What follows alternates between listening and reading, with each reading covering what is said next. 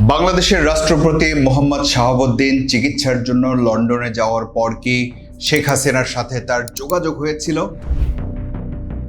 রাষ্ট্রপতির পদত্যাগের গুঞ্জনের সাথে এই প্রশ্নটিও ব্যাপকভাবে ছড়িয়ে পড়েছে।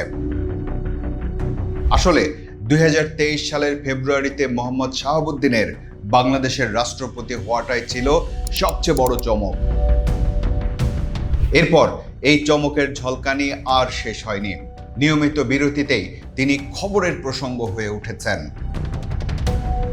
রাষ্ট্রপতি মোহাম্মদ শাহাবুদ্দিনকে ঘিরে আবারও আলোচনা তুঙ্গে। এবারের আলোচনা তার পদত্যাগকে ঘিরে। এটা অবশ্য নতুন গুঞ্জন নয়, কিন্তু এবার যদি সত্যি হয় তাহলে নিঃসন্দেহে বড় খবর। আসলে গুঞ্জনেরও একটা ধর্ম আছে, হতে হতে একটা সময় সত্যি হয়ে যায়। এবার বাংলাদেশের রাষ্ট্রপতি মোহাম্মদ শাহাবুদ্দিনের কথা বলি। তিনি একজন মুক্তিযোদ্ধা ছিলেন, বিচারক ছিলেন এবং বর্তমানে বাংলাদেশের সাংবিধানিক রাষ্ট্রপ্রধান। কিন্তু তার নিরপেক্ষতা নিয়ে প্রশ্নও আছে অনেকের মনে। আবার তার একটি বক্তব্যকে বাংলাদেশের সাম্প্রতিক রাজনৈতিক ইতিহাসের সবচেয়ে বিতর্কিত রাষ্ট্রপতি উক্তিগুলোর একটি বলে বিবেচনা করা হয়। বাংলাদেশের রাষ্ট্রপতি মোহাম্মদ শাহাবুদ্দিনকে ঘিরে এত প্রশ্নের ভিড়ে আজ আমরাও একটি প্রশ্ন করতে চাই। মোহাম্মদ শাহাবুদ্দিনের এই গল্পটা কি শুধুই একজন মানুষের গল্প, নাকি এটি বাংলাদেশের রাষ্ট্র, সংবিধান এবং ক্ষমতার গল্প? যদি বলি রাষ্ট্রপতি হিসেবে মোহাম্মদ শাহাবুদ্দিনের বঙ্গভবন পর্যন্ত পৌঁছানো আসলে একজন মানুষের একটা ধারাবাহিক সাফল্যের গল্প, তাহলে কি রাগ করবেন? তথ্য বলছে গত শতকের 60-এর দশক থেকে 70 দশকের শুরু পর্যন্ত তিনি ছাত্রলীগের রাজনীতি করেছেন। পাবনা এডওয়ার্ড কলেজ ছাত্রলীগের জেনারেল সেক্রেটারি ছিলেন। আমি ছাত্রলীগ করতাম। তারপর পাবনা জেলা ছাত্রলীগের প্রেসিডেন্ট, যুবলীগও করেছেন।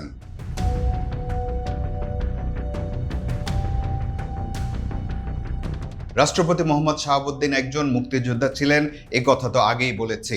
1980 থেকে 1982 সাল পর্যন্ত সাংবাদিকতা করেছেন। বিচারক ছিলেন দুর্নীতি দমন কমিশন বা দুদকের কমিশনার। এছাড়াও দীর্ঘ সময় ধরে রাষ্ট্রীয় বিভিন্ন দায়িত্ব পালন করেছেন। কিন্তু সমসাময়িক রাজনীতির পরিচিত মুখ ছিলেন না তিনি।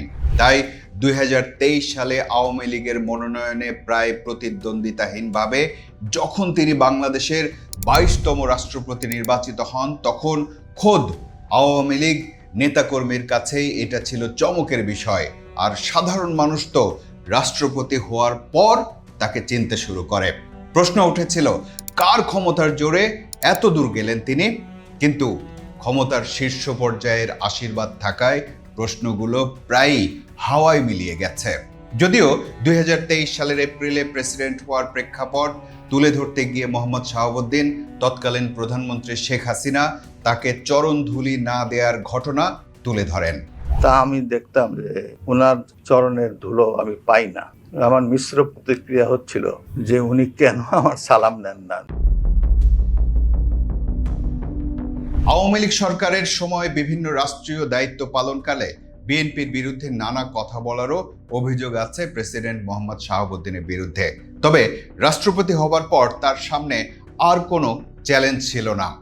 তার সামনে সবচেয়ে বড় চ্যালেঞ্জ হাজির হলো 2024 সালের 5 আগস্টের পর। তাকে যারা ক্ষমতায় বসিয়েছিল তারা নেই। বস্তুত মোহাম্মদ শাহাবুদ্দিন একা হয়ে গেলেন। কেউ বলতেন পতিত সরকারের শেষ একজন ব্যক্তি এখনো রয়ে গেলেন। এত সব আলোচনা সমালোচনার মধ্যে সেই সময়টাতে তিনি দিশেহারা হয়ে পড়েছিলেন কিনা এটা বলা যাবে না, কিন্তু তিনি প্রায় নীরব থাকলেন। এবার বলুন, একজন রাষ্ট্রপতির সবচেয়ে বড় শক্তি কি, ক্ষমতা নাকি নীরবতা?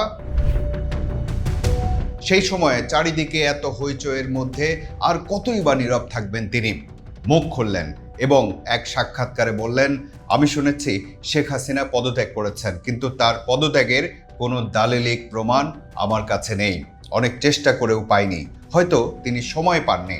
তার এই এক কথাতেই বাংলাদেশের রাজনৈতিক অঙ্গনে বড় তোলপাড় শুরু হলো। প্রশ্ন উঠল, যদি পদত্যাগপত্র দেখা না হয়ে থাকে তাহলে সাংবিধানিক প্রক্রিয়াটি কিভাবে সম্পন্ন হয়েছিল? সেই প্রশ্ন থেকেই শুরু হয় রাজনৈতিক ঝড়। কারণ 5 আগস্ট রাতে জাতির উদ্দেশ্যে ভাষণে রাষ্ট্রপতি হিসেবে তিনিই বলেছিলেন তৎকালীন প্রধানমন্ত্রী শেখ হাসিনার পদত্যাগের পরবর্তী সাংবিধানিক পদক্ষেপ নেওয়া হচ্ছে। রাষ্ট্রপতির ওই বিতর্কিত মন্তব্যের পর সরকারি ব্যাখ্যা আসে, রাজনৈতিক ব্যাখ্যাও আসে, কিন্তু বিতর্ক থামে না।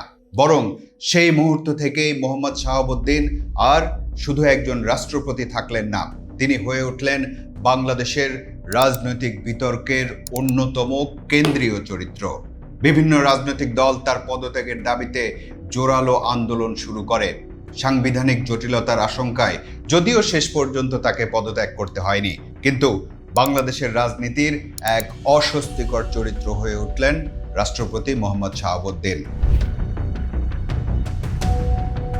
শত অস্বস্তির মাঝে আবার নীরব হয়ে যান তিনি, আর চতুর্মুখী টানাপোড়েনের মাঝখানে দাঁড়িয়ে থাকে একটি নীরব ভবন, বঙ্গভবন।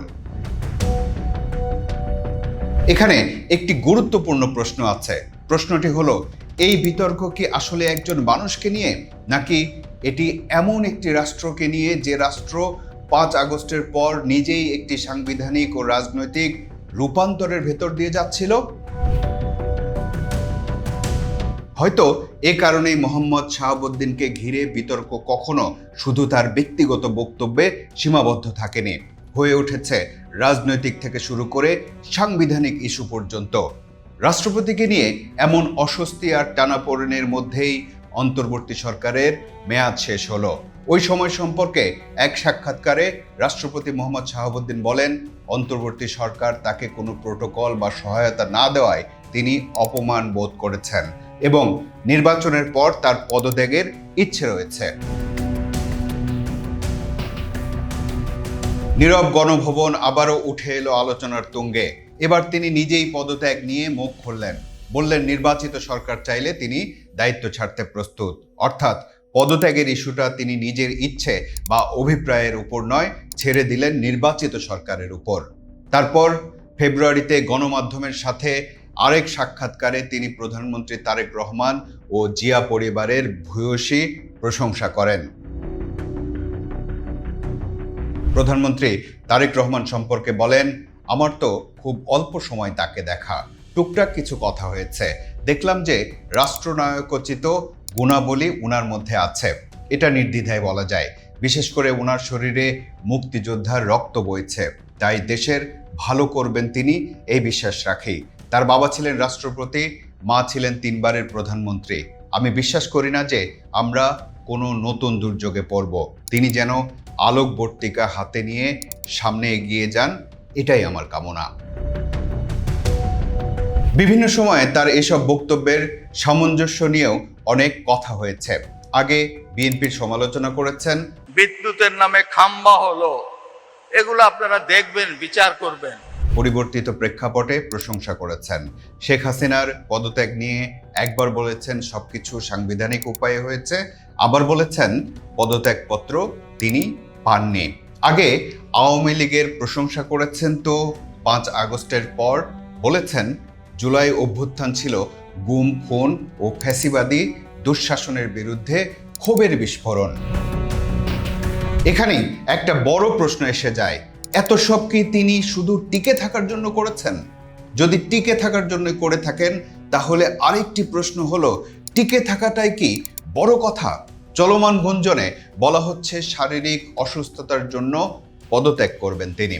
পদত্যাগের কারণ হিসেবে শারীরিক অসুস্থতার চেয়ে আরো জোরালো গুঞ্জন হলো, গত মে মাসে তিনি যখন চিকিৎসার জন্য লন্ডনে গেলেন, তখন নাকি তার সাথে শেখ হাসিনার যোগাযোগ হয়েছে। পরে গোয়েন্দা সংস্থাগুলো নাকি ফোন আলাপের বিষয়টা জানতে পারে। আবার বিএনপির এক জ্যেষ্ঠ নেতা এক গণমাধ্যমকে জানিয়েছেন, শুধু ওই ফোন আলাপে কারণ নয়, বিষয়টা আরো জটিল। সর্বশেষ প্রশ্নে আসে, এবার যদি সত্যি তিনি পদত্যাগ করেন তবে কি হবে? রাষ্ট্রে বড় ধরনের সাংবিধানিক শূন্যতা তৈরি হবে? এর উত্তর হলো না। আসলে সংবিধান এমন পরিস্থিতির কথা আগেই ভেবে রেখেছে। রাষ্ট্রপতি লিখিতভাবে পদত্যাগপত্র স্পিকারের কাছে জমা দেবেন। পদ শূন্য হলে স্পিকার ভারপ্রাপ্ত রাষ্ট্রপতির দায়িত্ব পালন করবেন। এরপর 90 দিনের মধ্যে নতুন রাষ্ট্রপতি নির্বাচন করবে জাতীয় সংসদ। অর্থাৎ রাষ্ট্রপতি বদলাতে পারে, কিন্তু তাতে রাষ্ট্রের সাংবিধানিক ধারাবাহিকতা থেমে যায় না। শুধু রাষ্ট্রপতি মোহাম্মদ শাহাবুদ্দিনের পদত্যাগের গুঞ্জনই নয়, পরবর্তী রাষ্ট্রপতি কে হচ্ছেন সেটা নিয়েও চলছে জোর গুঞ্জন। আগে এ পদের জন্য বিএনপির জ্যেষ্ঠ নেতা খন্দকার মোশাররফ হোসেন, আব্দুল মঈন খান সহ কয়েকজনের নাম আলোচনায় ছিল। তবে হঠাৎ করেই সরকারের গুরুত্বপূর্ণ একটি পদে চুক্তিভিত্তিক দায়িত্বে থাকা একজন সচিবের নামও আলোচনায় এসেছে। তিনি ক্যাবিনেট সেক্রেটারি নাসিমুল গনি। যদি এমন হয় তবে সেটাও একটা বড় খবর হবে। তবে এখন পর্যন্ত সবগুলোই সমর্থিত বা অসমর্থিত সূত্রের খবর যে সূত্রেরই হোক, এগুলোর কোনো না কোনোটা সত্য হবে। এখন শুধু সময়ের অপেক্ষা।